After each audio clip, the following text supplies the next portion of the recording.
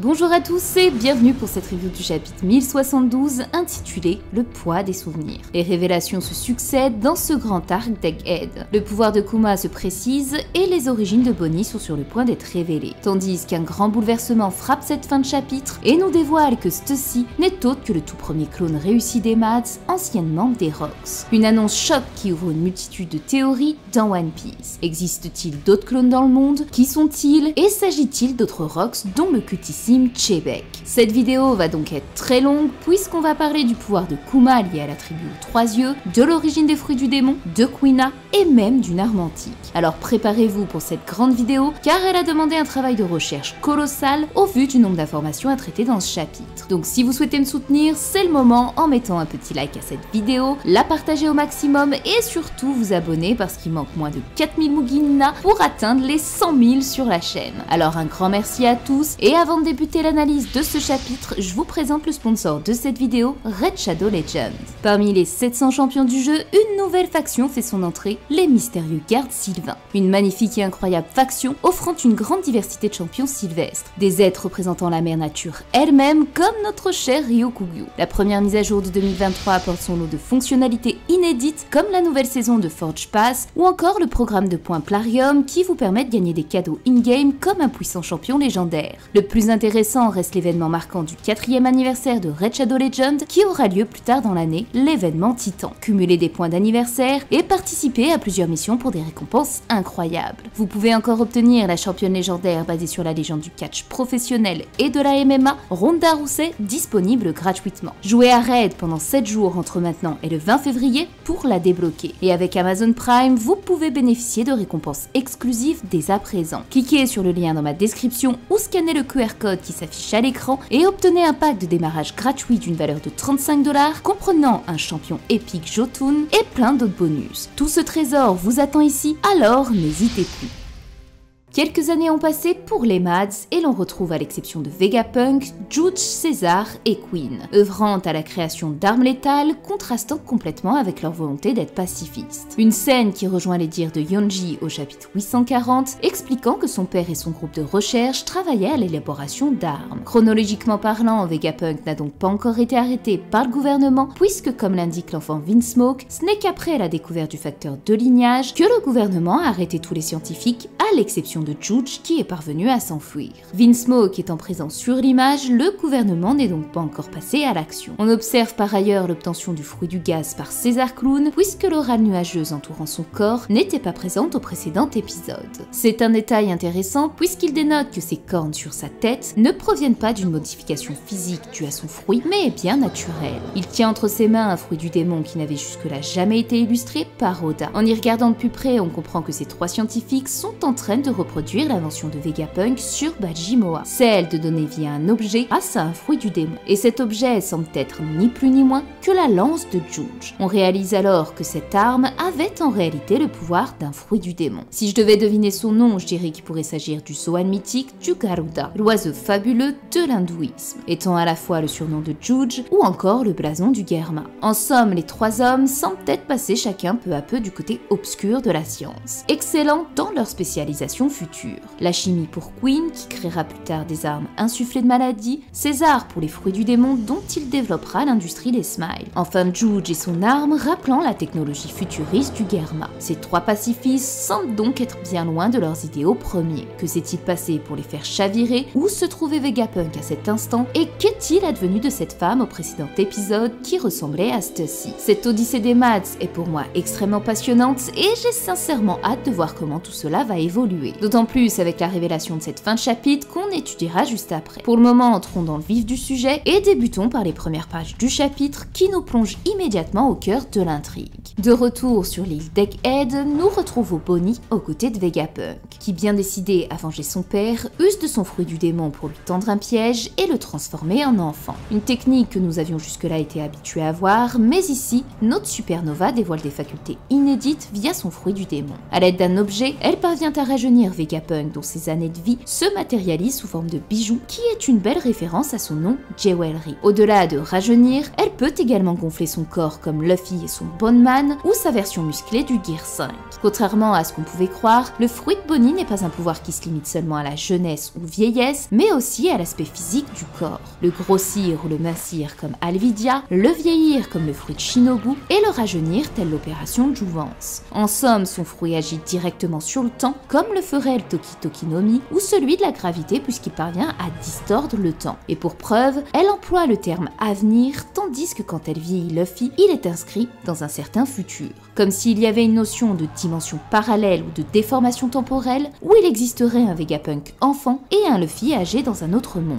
Un peu comme les deux versions que dessine Oda pour représenter les Mugiwara à différents âges. L'un actuel et l'autre s'il avait mal tourné. Et c'est peut-être dans cet esprit que serait le fruit de Bonnie, un fruit d'une autre ligne de vie. Si ce fruit est lié à l'espace-temps, alors pourrait-il être le fruit de la relativité générale. Bon, comme je suis une bille en physique malgré que j'ai regardé une dizaine de vidéos sur le sujet, je suis incapable de vous dire pourquoi et comment ça pourrait être possible. Cette idée m'est surtout venue à l'esprit à cause de Vegapunk qui incarne Einstein. Donc si vous êtes doué en sciences et que vous pouvez trouver une explication plausible et rationnelle, n'hésitez pas à la dire en commentaire. Sinon on passe à une autre hypothèse, celle du fruit du bijou, des pierres précieuses. Comme j'ai souvent répété, les fruits du démon semblent dotés d'une conscience, les amenant à choisir leur utilisateur. Le Toki Toki no Mi destiné à Toki ou le Yamata no Orochi que mangera Orochi. En bref, les fruits sont généralement liés au nom, à la nourriture ou l'animal préféré de l'utilisateur. C'est pourquoi les caractéristiques de Bonnie doivent être prises en compte. Au-delà d'aimer la pizza ou d'être inspiré de la pirate Anne Bonny, sa vraie particularité est son nom Jewelry. Pour preuve,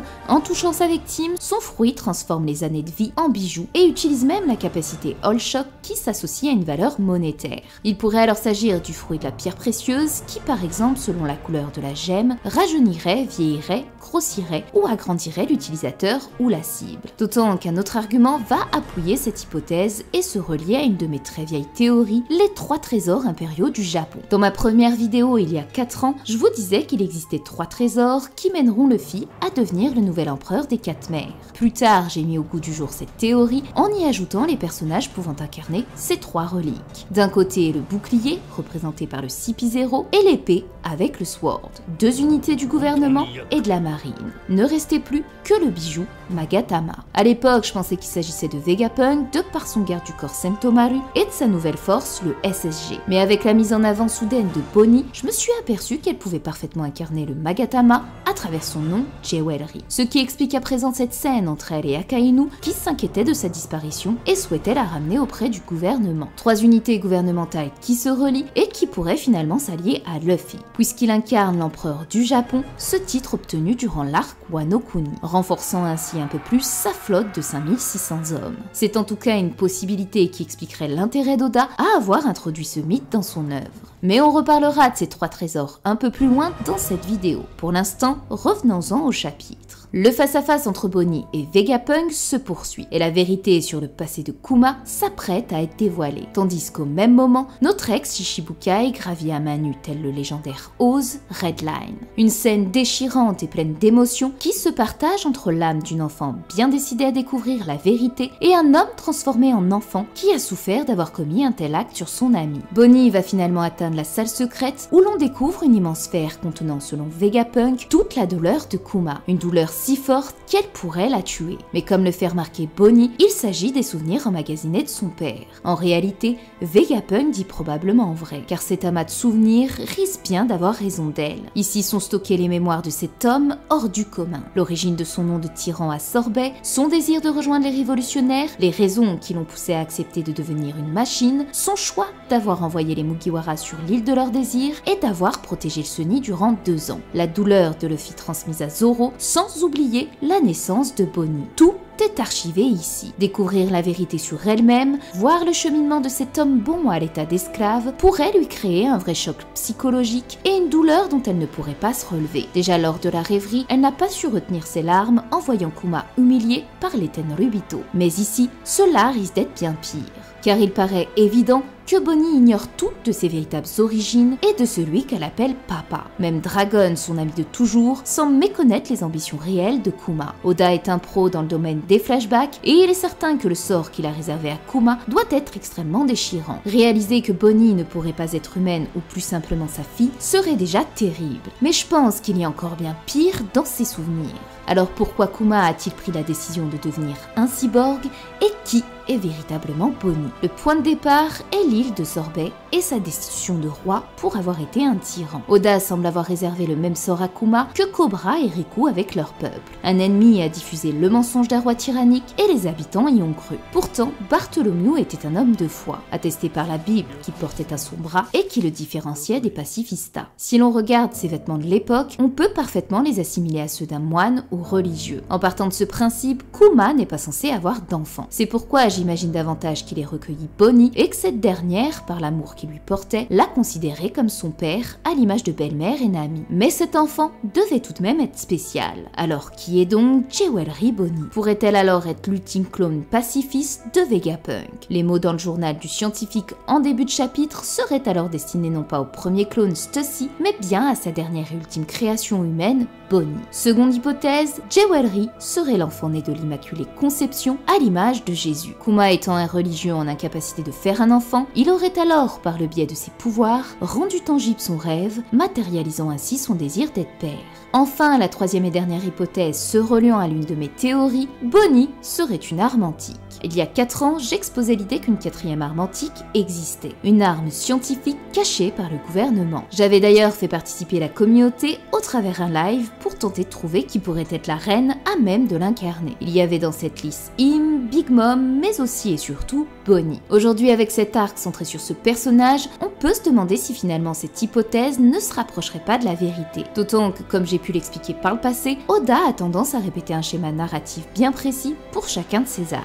Les Mugiwara découvrent une nouvelle île, se confrontent à des animaux qui s'allieront à eux plus tard, et ils rencontrent une femme à qui Luffy portera secours, telle Shirahoshi, Vivi ou Rebecca, et dont on apprendra plus tard qu'il s'agit d'une princesse, voire d'une arme antique telle Poséidon. Avec l'arc d'Egghead, c'est exactement ce qu'il s'est produit, et c'est sur Bonnie que l'équipage est tombé. C'est pourquoi elle ne doit pas être sous-estimée et aura sans doute un grand rôle dans cette histoire. Ce qui nous ramène à Kuma et son lien avec cet enfant. Bonnie serait peut-être la vraie raison qui a poussé Bartholomew à abandonner son titre de roi et à devenir l'esclave du gouvernement. Entre-temps, et pour trouver un moyen de protéger cet enfant, il a alors rejoint les révolutionnaires, puis a fait la rencontre de Vegapunk après avoir été arrêté par la marine. Cependant, une autre idée m'est venue à l'esprit et expliquerait davantage ce qui a poussé Kuma à accepter le pacte du gouvernement et le parallèle existant avec ce robot d'il y a 200 ans. Selon Vegapunk, cette machine a été préservée par les scientifiques de l'époque et a traversé le temps. Comme on l'a vu avec l'Ancien Royaume, chaque génération possède ses scientifiques de génie. De ce fait, durant 200 ans, l'un d'eux s'est probablement intéressé de plus près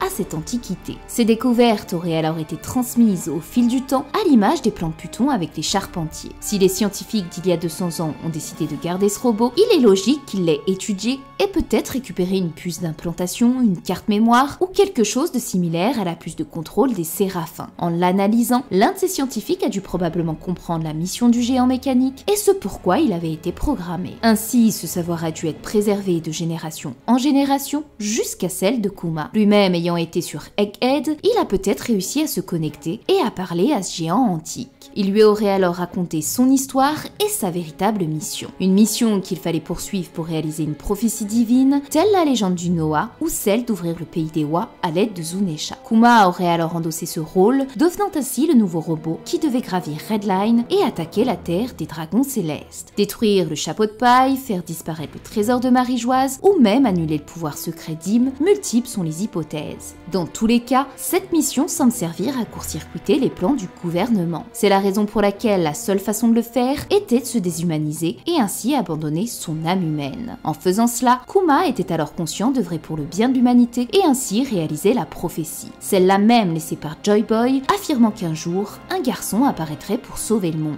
Ça expliquerait pourquoi il a protégé le Sunny et envoyé les Mugiwara sur des îles capables de les rendre plus forts, chacun dans leur spécialité. Kuma avait donc tout prévu pour sauver le monde, et ceci grâce au docteur Vegapunk qui lui a permis de se déshumaniser tout en lui accordant cette dernière volonté. Reste reste alors à découvrir de quelle race était issue Kuma. Soyez concentrés parce que c'est maintenant que la vidéo va se complexifier et beaucoup de choses vont être abordées. De Bonnie en passant par les fruits du démon, jusqu'à une très ancienne théorie qui s'est confirmée et que j'avais, je vais pas le cacher, complètement zappée. Celle du lien entre le rêve, l'âme et les fruits du démon. Alors revenons un court instant dans le passé pour se remémorer tout ça. Pudding possède le fruit de la mémoire, soit donc un fruit du démon. Son fruit de la mémoire se trouve donc être lié au cerveau, à l'esprit, au souvenir. Il est donc possible selon moi qu'en réalité, les fruits du démon puissent représenter l'âme d'une personne et se loger dans la tête, soit dans le cerveau.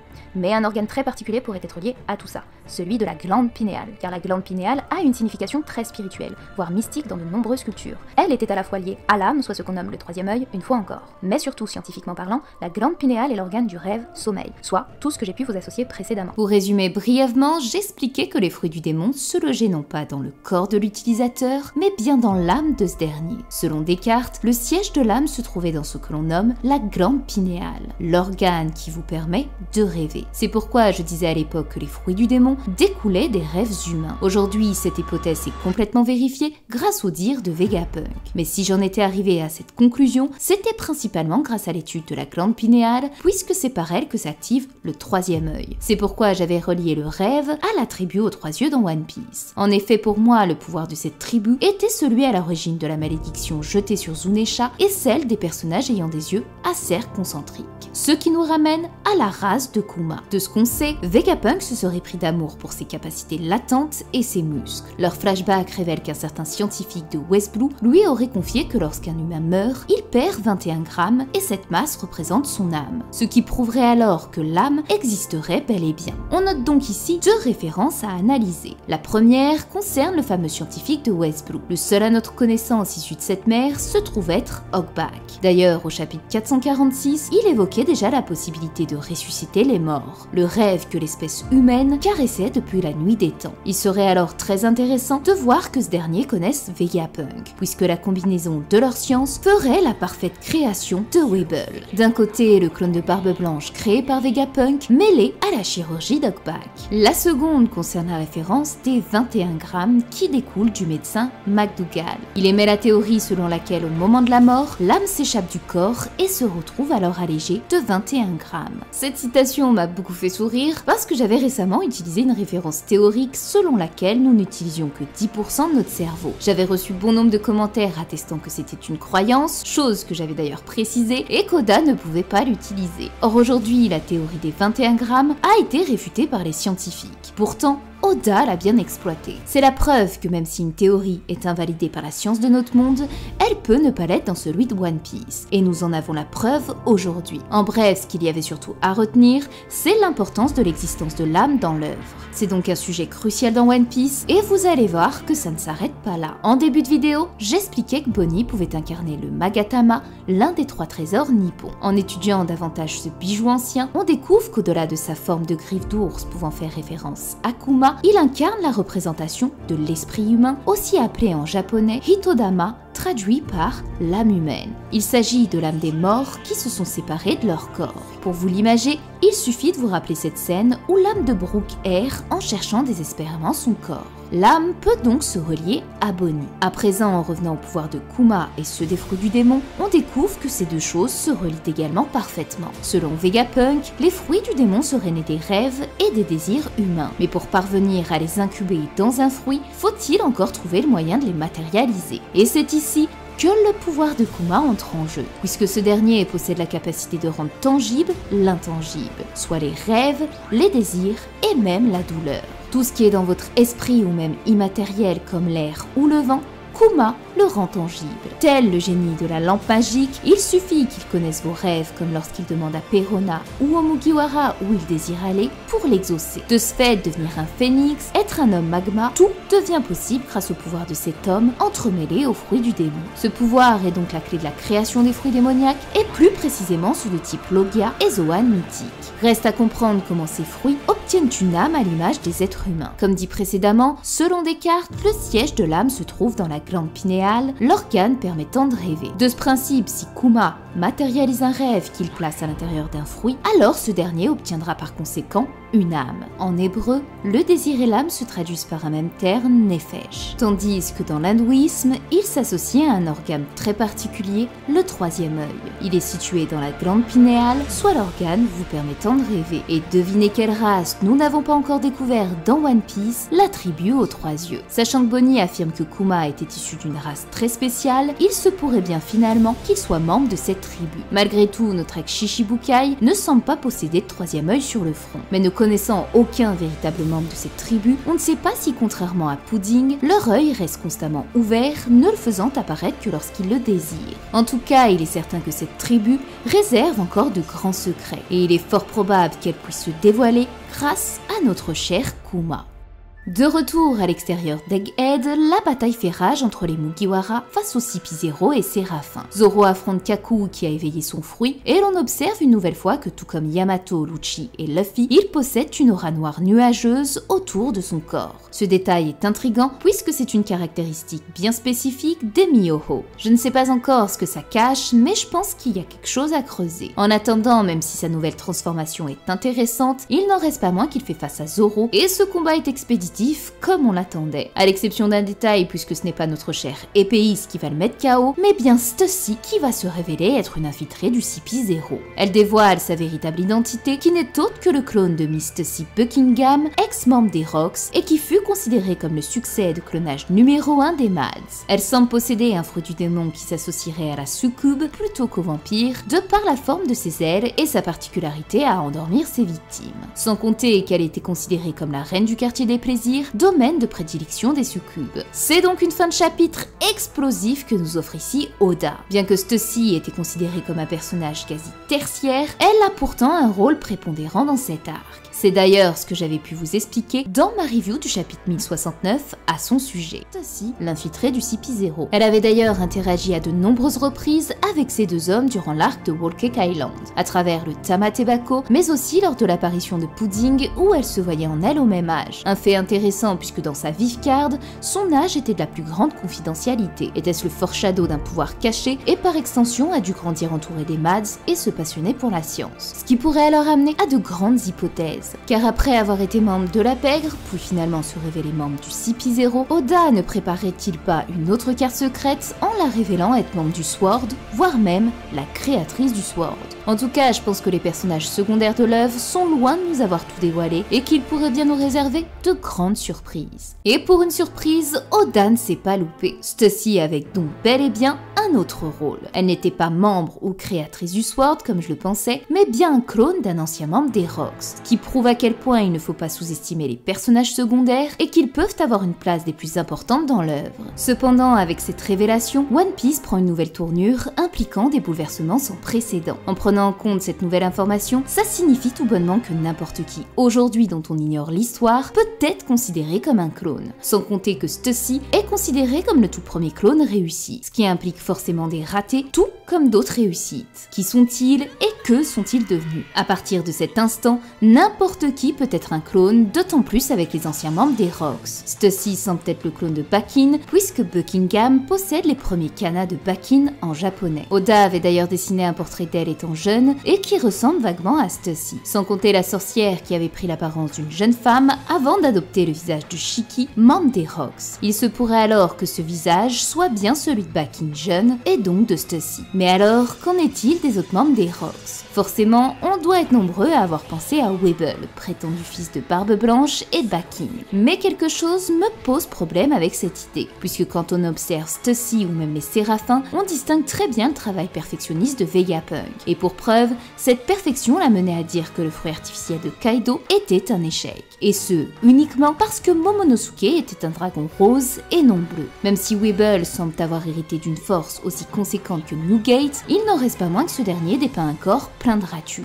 Un travail qui ressemblerait davantage à celui de Dogback plutôt qu'à Vegapunk. C'est pourquoi je pense pas qu'il soit une véritable création de ce génie. Ou alors, il s'agirait davantage d'un clone raté comme l'étaient les Numbers et que Bakin aurait récupéré. Restent alors les autres membres des Rocks. Comme on le sait, il y a déjà l'ADN de Kaido avec le fruit artificiel. ciel. Restent Big Mom, Silver, Shiki, Captain Jaune, Wang Zi et bien évidemment Chebek. L'hypothèse que Vegapunk veuille recréer les Rox n'est pas impossible, puisqu'il reste tout de même l'un des équipages les plus puissants des mers. Mais ça signifierait que Vegapunk aurait réussi à mettre la main sur l'ADN de tous ces monstres. Et on va pas se le cacher, ça risque d'être compliqué. Je pense donc qu'il existe bien d'autres clones, mais pas forcément composés de tous les membres des Rox, puisque chacun d'eux est déjà représenté par un personnage de l'œuvre sans pour autant être un clone. La volonté de Chebek qui se perpétue avec Barbe Noire et qui ira même jusqu'à renommer son navire le Sable de Chebek. La quête du trésor du Captain Jaune au travers Baggy, ou encore le fruit de Kaido avec Momonosuke. C'est pourquoi j'ai pensé à un autre personnage pour être l'un des clones de Vegapunk, notre cher membre de la marine, Tashigi. Apparu pour la première fois à Lockdown, Zoro fut surpris de voir la ressemblance si frappante entre elle et son amie décédée Kuina. De son désir de vouloir récupérer le Wado Ichimonji jusqu'à convoiter secrètement de devenir un homme, les points communs avec Kuina sont nombreux, jusque dans leurs noms qui ont pour point commun celui d'un oiseau qui ne peut pas voler. Or, jamais nous n'avons eu de réponse concernant ces similitudes si profondes. Aujourd'hui, avec la révélation des clones humains, on peut se dire qu'il est tout à fait possible que Tashigi soit finalement le clone de Kuina. D'autant quand on se rappelle le lien étroit qui existait entre les révolutionnaires et le dojo Shimotsuki. C'est dans ce lieu qu'ils trouvaient refuge lors de l'incendie du Great Terminal, sans compter l'insigne des épées croisées aperçues sur les drapeaux brandis en hommage à Sabo. Vegapunk étant un ancien allié de Dragon, chef des révolutionnaires, il n'est pas impossible que Koshiro ait finalement demandé l'aide du scientifique pour cloner sa fille, devenant ainsi Tashigi, ce qui expliquerait cette ressemblance si frappante entre les deux femmes. Si c'est le cas, alors ça peut tout bonnement tout changer, car c'est justement elle qui se trouve à proximité d'Egghead dans la tour du G14. Nous pourrions alors apprendre que la personne qui a appelé Vegapunk pour lui venir en aide ne serait pas ceci, mais en réalité bien Tashigi. En bref, comme je l'ai dit, à présent qu'Oda a révélé qu'il pouvait exister des clones humains, tout devient possible, et personne n'est préparé aux révélations qu'il s'apprête à faire. On entre enfin dans les prémices de la plus grande guerre de One Piece et qui risque de dévoiler les plus grands secrets de l'œuvre. Et voilà, cette review est à présent terminée. Il y avait tellement de recherches et d'analyses à traiter en si peu de temps, c'était vraiment pas facile à écrire. Il y avait encore beaucoup de choses à dire, mais j'ai donné le meilleur pour vous offrir une vidéo digne de ce nom. Alors si vous avez apprécié mon travail et que vous souhaitez le récompenser, c'est très simple et gratuit. Il suffit de laisser un like, de vous abonner et surtout de laisser un petit cœur en commentaire qui me permet de voir que vous avez aimé sans avoir besoin spécialement de commenter. Voilà, on se dit à bientôt pour les prochaines vidéos et en attendant, comme toujours, prenez bien soin de vous.